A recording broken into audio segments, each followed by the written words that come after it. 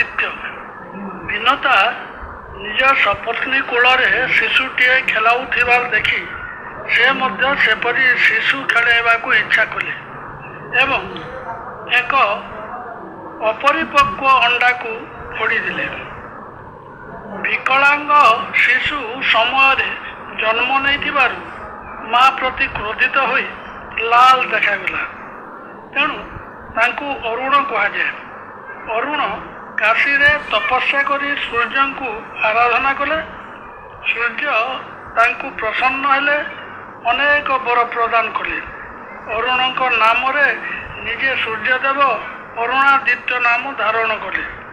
ସୂର୍ଯ୍ୟ କହିଲେ, ହେ ଅରୁଣ, ତୁମେ ତିନି ଲୋକର ହିତ ପାଇଁ ମୋ ରଥରେ ସଦା ବିରାଜମାନ କରନ୍ତୁ।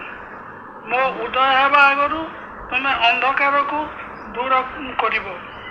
ଯେଉଁ ଲୋକ ବାରାଣସୀରେ ତୁମ ଦ୍ୱାର ସ୍ଥାପିତ ଅରୁଣାଦିତ୍ୟ ନାମକ ମୋ ମୂର୍ତ୍ତିକୁ ସେବା କରିବେ, ତାକୁ କେବେ ହେଲେ ଦୁଃଖ, ରୋଗ, ଦାରିଦ୍ରତା ଭୋଗିବାକୁ ପଡ଼ିବ ନାହିଁ।